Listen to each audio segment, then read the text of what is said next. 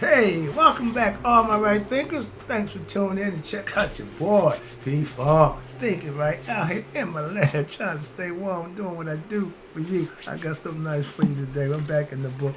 I'm wrapping up this lesson. This is a good one for you. All right, let's do what we do. Realism. 25 rules to live by. Storytelling. Story with a message. There's a message in the story for life. I give life lessons. You tune into receiving them. I appreciate you. We got a good thing going. Let's do what we do. Right thinking mission. That's what I'm on. Is to enlighten, inspire, educate, and motivate you, the individual, to a higher spiritual level of enlightenment. Right thinker's way of life through mental and spiritual discipline. Practice daily will help and guide you to obtain your goal of reaching spiritual enlightenment, aka to know thyself. My mission, excuse me, is that all right thinkers know thyself. If you're a right thinker, your goal is to know thyself. See where we're going with this? Let's get there together. So I asked the question, do you know you? It's rhetorical. If you don't have the answer for yourself, tune in. I can help you with that, and you will know when I'm through. That's what I do. A person who knows not and knows not that they know not is foolish. Disregard them. A person who knows not and knows that they know not is simple, but you can teach them.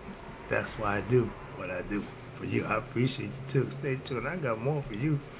A person who knows not and believe and think that they know is dangerous. Avoid them. I do.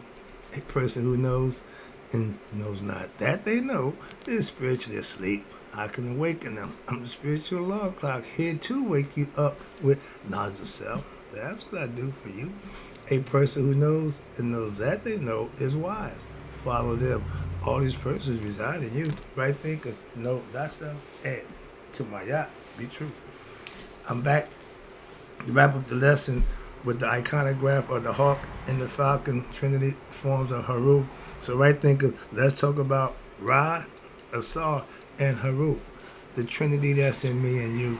Just do that little bit in, but no, the trinity. All right, let's go. Ra represents the divine self, the source from which creation arises. However, he is a high God who is what? Visible, and the dynamic expression of the formless and timeless primordial ocean called the Nu. In any case, he is still singular essence of creation, and when he creates the other divinities, and not now, sorry about that, excuse me, and when he creates the other divinities, okay, yeah, it's only then that what we call creation comes into being, aka the Big Bang, where it all started. Excuse me. Yeah, excuse me. We give it the concept from mythological concept from our ancient Egyptians. Y'all call it the Big Bang. We call it the beginning. Okay, gotta start somewhere. All right, but now Ra. Let me break this down for you. Ra is also related to what? The nameless and formless concept of what? The Supreme Being, which transcends, there we go, what? Time and space. And that's known as, you ready? Heru. This is going to be good. Heru is the divinity they call the sun god, the sun divinity. Okay? Heru is the original, hear me? Heru is the original pre-dynastic form of what they call the Supreme Being, associated with what? The transcendental divinity. Heru means, you ready? The Supreme One who is above. Him up there. Or that which is above. Heru, God, and Hor or Hathor, which is the house of Heru, were among the first divinities to be what? Worshipped generally through the ancient Egypt. And as such, what? They were the first theological expressions of duality of existence, both male and female. The spirit that's in all of us has that ability. And the Supreme Being, Heru, or Hor, Hathor, lives within what? His own house. Het. Het means house. which is what? The universe. Thus, you're saying God, the spirit, and the goddess, which is creation, are in reality one and the same? Exactly.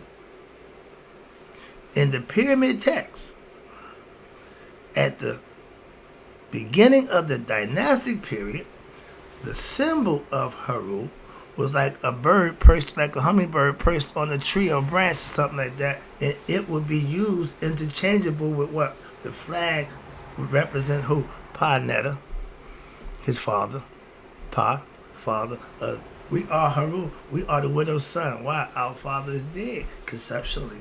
Watch.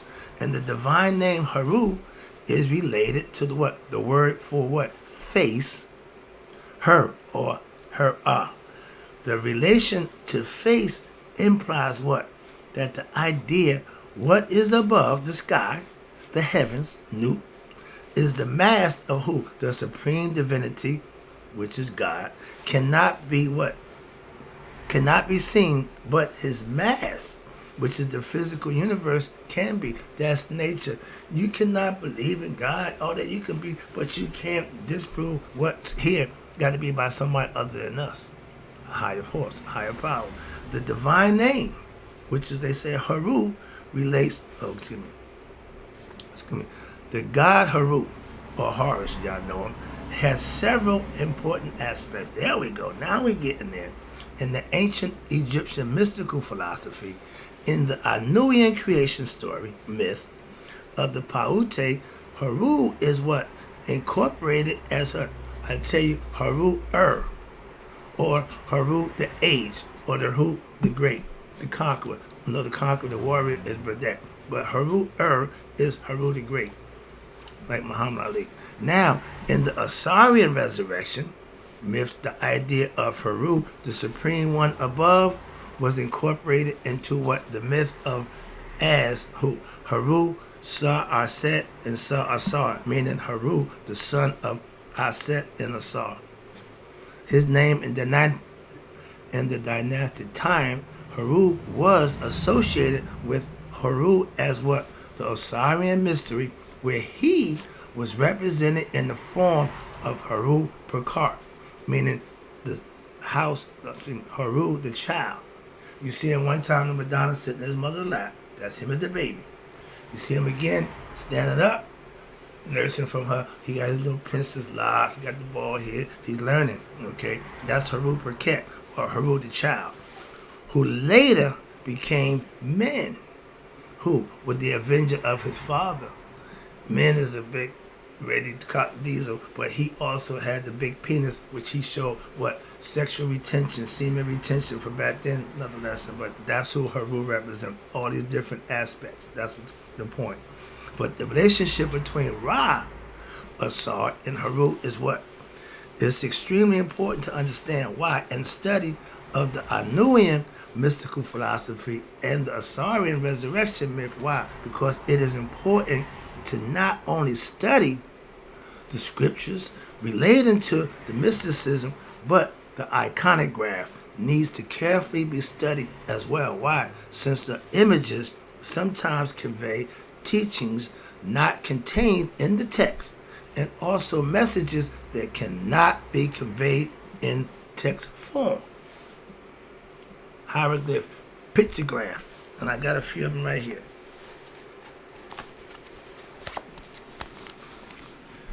Now these are all different aspects of Heru.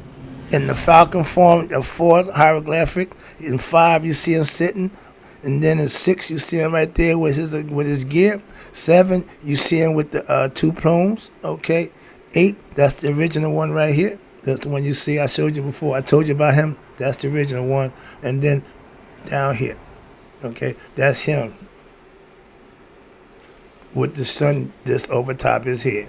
Okay, so these are all different aspects and form of Heru, which is the spirit. But watch how they present it to you. This is the fun part. I hope you like this. Now, the symbols of Heru, aka the one above, is the hawk or the falcon bird hieroglyphs. Number 4, I showed you, that was the first one.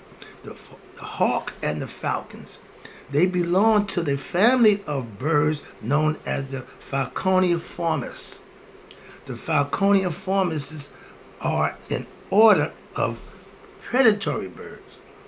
Okay? They consist of the vultures, the kites, the eagle, aka bald eagle, hawks, ospreys, and falcons. Now, out of all of these birds of prey, they all have different techniques. And the falcon possess what we call the special attributes. Watch this.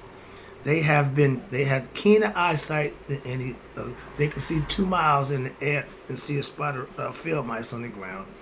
They can fly as fast as speed. They go into dive mode at 280 miles an hour.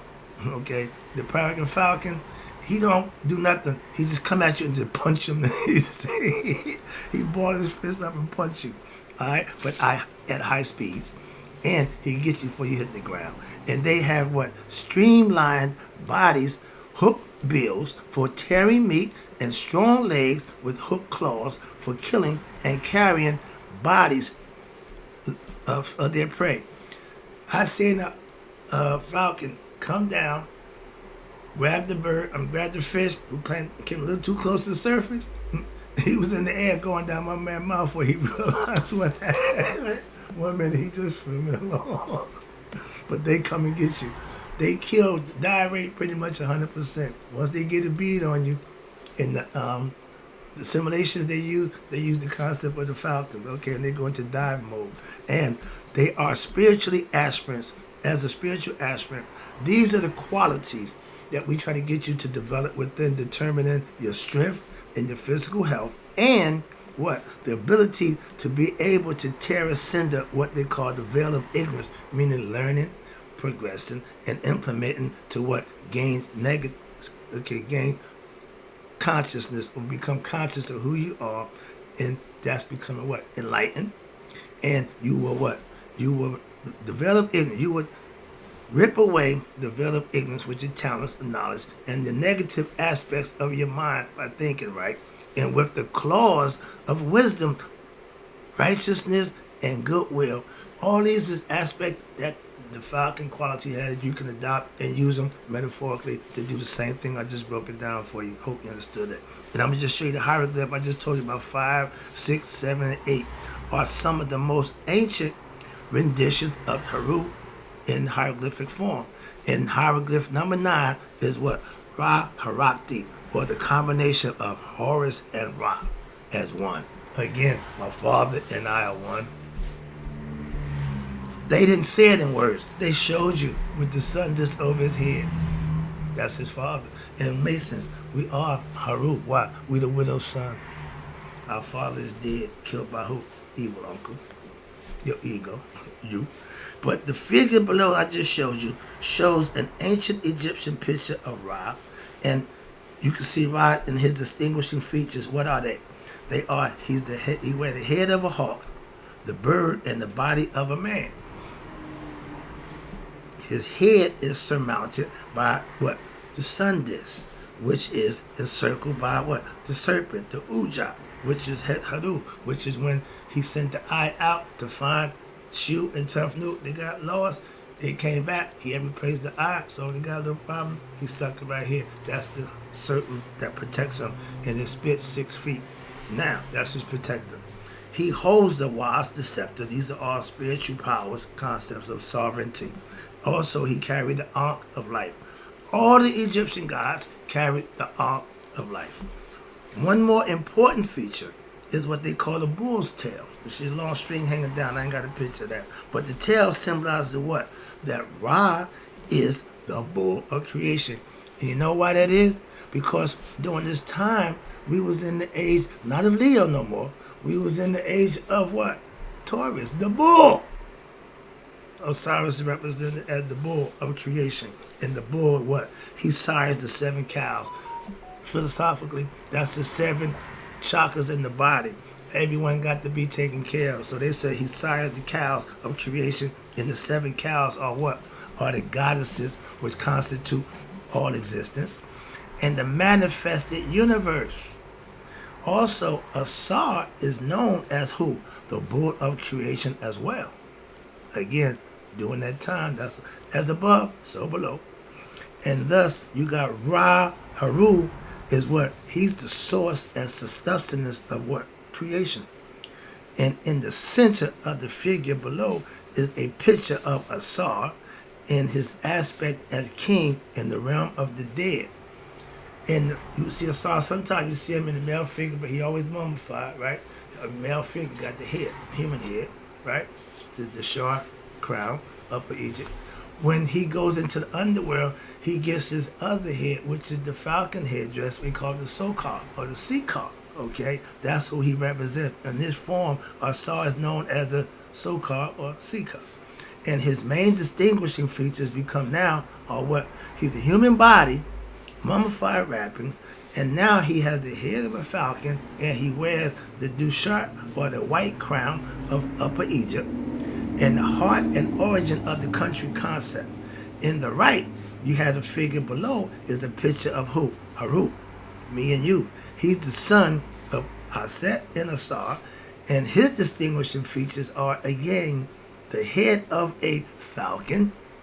Okay, you always see Heru in the falcon head with what? The body of a man, and he wears the WRIGHT crown, which symbolizes the union of Upper and Lower Egypt, meaning the red crown is for Lower Egypt and the white crown is for Upper Egypt. The union of the higher and lower self, meaning he have control over his physical body. When it comes to Heru, Egypt is the body, as above, so below, and the Ankh, which is As, the scepter that he carried, and he also sporting the bull's tail. So he's the direct duplicate of who? His father. So in the flesh.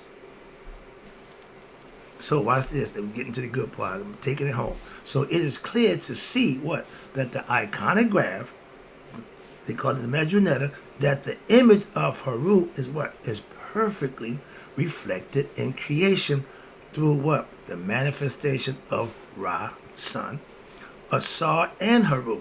They all wear what? The falcon headdress.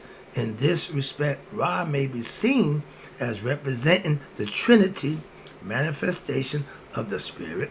Heru is the following manner. Ra is the manifestation of the divine in the transcendental realm, which they call the casual plane. That's where we want to end up.